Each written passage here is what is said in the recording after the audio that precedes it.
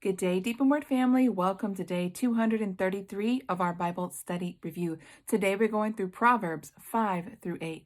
Proverb 5 is a warning against committing adultery. Let's open up and start reading from verse 1. It says, "My son, listen to my wisdom, incline your ear to my understanding, so as to watch over discretion and your lips to guard knowledge. For the lips of a strange woman drip honey, and her mouth is smoother than oil. But in the end, she is bitter as wormwood, sharp as a two-edged sword. Her feet go down to death, and her steps lay hold of the grave. She does not consider the path of life." Verse 8, it says, "Keep your way far from her, and do not come near the door of her house, lest you give your splendor to others and your years to one who is cruel, lest strangers be filled with your strength and your labors go to the house of a foreigner. Then you shall howl at your latter end, when your flesh and your body are consumed, and shall say, how I have hated discipline, and my heart has despised reproof, and I have not heeded the voice of my teachers." Now, if anyone has experience with a woman who is a slick talker, Solomon knows all about this. Solomon fell away to apostasy. He fell into worshiping other gods, which we know there are no other gods. He started worshiping demons, all right? Now, he repented, but he is trying to teach the youth what he has already learned from walking away from righteousness. And the Brit Hadashah, or what people call the New Testament, Apostle Paul, or Shaul, he lets us know that every other sin is done outside of the body, but sexual sin is done against your own body. And so you bring harm upon your own being when you commit adultery. Fornication goes along those lines as well. But let's pick up in verse 14 and let's see the result of falling away. It's one thing to start walking in righteousness, but it's another thing to remain in it. It takes a great strength to overcome the flesh, especially for men. Okay, it says, "In a little while I was all evil." Yeah. See, if you're tempted with a little bit, you make justifications for it, and then you go further and further and further away from the righteousness of Yah, and then you realize you're so far away from Him, and all of your blessings have now become a curse. So this is what Solomon tells the youth and his son. He says right here in verse 15, "Drink water from your own cistern and running water from your own well." And he's essentially telling them, enjoy your own wife. Do not have eyes for another, all right? And I will make this very clear as we go down to verse 18 and 19. It says, "Let your fountain be blessed and rejoice with the wife of your youth."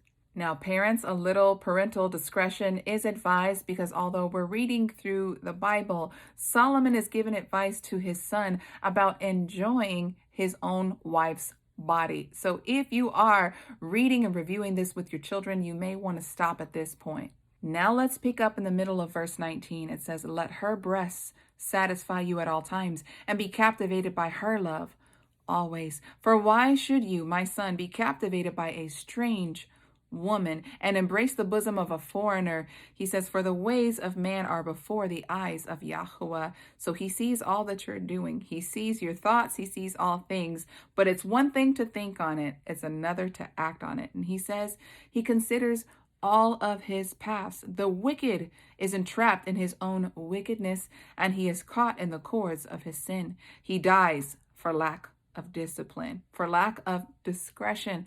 And it says, in the greatness of his folly, he goes astray. This goes for men and women. If you don't put your flesh in check, if you feel something rising up, lust, whatever it may be, your spirit man is called to put your flesh in check. Your flesh came from the ground, and your flesh is constantly trying to take you back there and leave your spirit so that it is not eligible for salvation. Truly, consider Yahuah in all of your ways, especially in sexual matters. Proverbs chapter 6 verses 1 through 5 is King Solomon warning his son to not take up a pledge or co-sign a debt for one of his friends. He's saying, son, do not do it. If someone wants to take up a pledge for a debt, like somebody wants to buy a car and they don't have the credit to buy the car and they're asking you to co-sign, King Solomon is saying, do not do it, because if they default, then the creditors come after you. That's more so a modern day interpretation of what King Solomon was saying. Verses 6 through 11 is King Solomon warning of idleness and of laziness, and to observe how diligent one in nature works. So let's read what it says. It says, "Go to the ant, you lazy one, see her ways and be wise, which having no commander, overseer, or ruler, provides her supplies in the summer and gathers her food in the harvest. How long will you lie down, O lazy one? When do you arise from your sleep?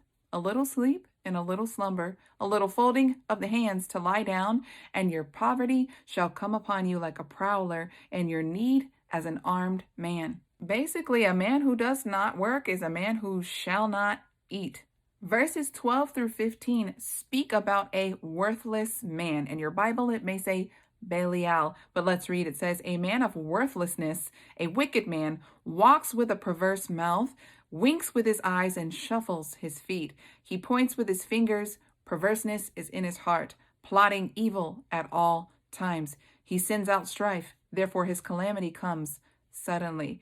Instantly he is broken, and there is no healing." Verses 16 through 19 is the inspiration for today's post. Let's read it. This is basically talking about how you love your neighbor. Now, the greatest command is to love Yahuah, your Lord, with all of your heart, your soul, and your strength. And the second is likened unto it, to love the other image bearers as yourself. But we see these are doings of one who does not love their neighbor. It says, "These 6 things Yahuah hates. Even 7 are an abomination to him: a proud look, and a lying tongue, and hands shedding innocent blood, a heart devising wicked schemes, and feet to run to evil, a false witness breathing out lies, and one who causes strife among the brethren." Those were the exact descriptions of the worthless man, or the man of Belial. If you are practicing any of those things that the Father says is an abomination, you are in fear of hearing, "Depart from me, I do not know you, you workers of lawlessness." Lovelessness is lawlessness. And so if you're treating the image bearers with contempt, you're in danger. And the rest of the proverb is a warning against committing adultery. So let's start picking up from verse 20. It says, "My son, watch over your father's command, and do not forsake the Torah of your mother. Bind them on your heart always. Tie them around your neck. When you are walking, it leads you, and when you lie down, it guards you." Let's go to verse 23. It says, "For the command is a lamp, and the Torah is a light, and reproofs of discipline a way of life, to guard you against an evil woman, from the flattering tongue of a strange woman. Do not desire her prettiness in your heart, neither let her captivate you with her eyelids. For because of a whore is the crust of bread, and an adulteress entraps a precious life. Would a man take fire into his bosom, and his garments not be burned? Would a man walk on hot coals, and his feet not be scorched? So is he who goes into his neighbor's wife." Again, that goes back to the Apostle Paul, or Shaul, speaking about the sexual sin that is done in your own body starts destroying you from the inside out. But let's pick up in verse 32. It says, "He who commits adultery with a woman lacks heart. He who does it destroys his own life." And it says, "He finds smiting and shame, and his reproach is not wiped away. For jealousy enrages a man, and does not spare in the day of vengeance." So he's talking about the husband who finds out that his wife has been cheating with another man. It says, "He does not regard any ransom," so he's not going to take any payment of any sort. He says, "Nor accept your bride, however great. He's coming for your life." Proverb 8, we see that King Solomon, look, he is stuck on this thing right here because he knows this is a major issue. He is warning yet again, beware of the adulteress. And so he says, look, guard the right rulings, guard the Torah with your whole heart, because your life depends on it. Let's pick up in verse 7. It says, "And I saw among the simple, I perceived among the youths, a young man lacking heart, passing through the street near her corner. And he went the way to her house in the twilight, in the evening, in the black and in dark night. And look, a woman met him, dressed like a whore, with a hidden heart. She was boisterous and stubborn," meaning loud and stubborn. "Her feet did not stay at her own house. Now in the street, now in the square, and at every corner she lurks. And she took hold of him and kissed him. She hardened her heart in her face and said to him, 'Peace offerings are with me. Today I have paid my vows. Therefore I came out to meet you, to earnestly seek your face, and I found you. I have spread my bed with coverings, colored linens from Egypt. I have sprinkled my bed with myrrh, aloes, and cinnamon. Come, let us take our fill of love until the morning. Let us delight ourselves with love, for my husband is not at home.'"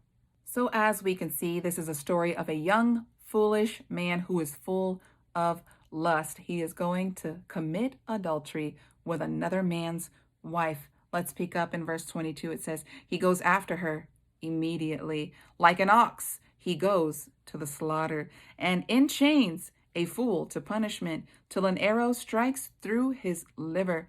Picking up in verse 24, it says, "And now listen to me, you children.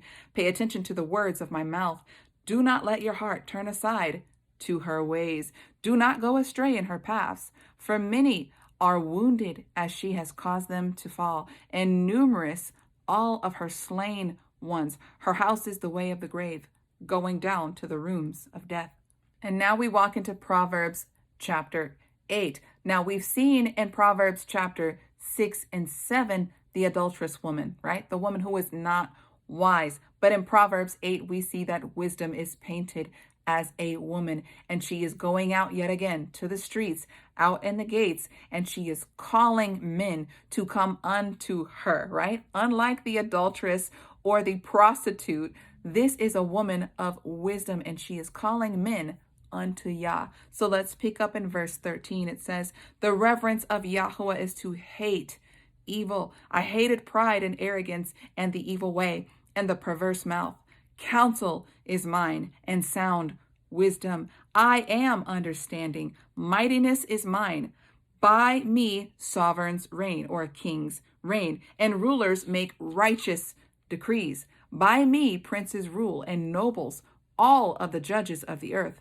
I love those who love me, and those who earnestly seek me find me. Riches and esteem are with me, enduring wealth and righteousness. My fruit is better than gold, and my increase than choice silver. I walk in the way of righteousness, in the midst of the paths of right ruling, to bestow substance to those who love me, and to fill their treasuries. Yahuah possessed me, the beginning of his way, as the first of his works of old." Down to verse 32. I love how poetic this is, because wisdom is painted as a righteous woman. And so it says, "And now listen to me, you children, for blessed are they who guard my ways. Listen to discipline and become wise, and do not refuse it. Blessed is the man who listens to me, watching daily at my gates, watching at the post of my doors. For whoever finds me shall find life and obtain favor from Yahuah. But he who sins against me injures himself. All who hate me love death." So again, the beginning of all wisdom is the reverence or the fear of Yah. And once we trust in him, right? Once we trust in the salvation of Yah, he leads us to the paths of all righteousness. And that is done by the foundation of wisdom and understanding his word. Deep in Word family, that's all that I have for you today. Until tomorrow, Yah bless.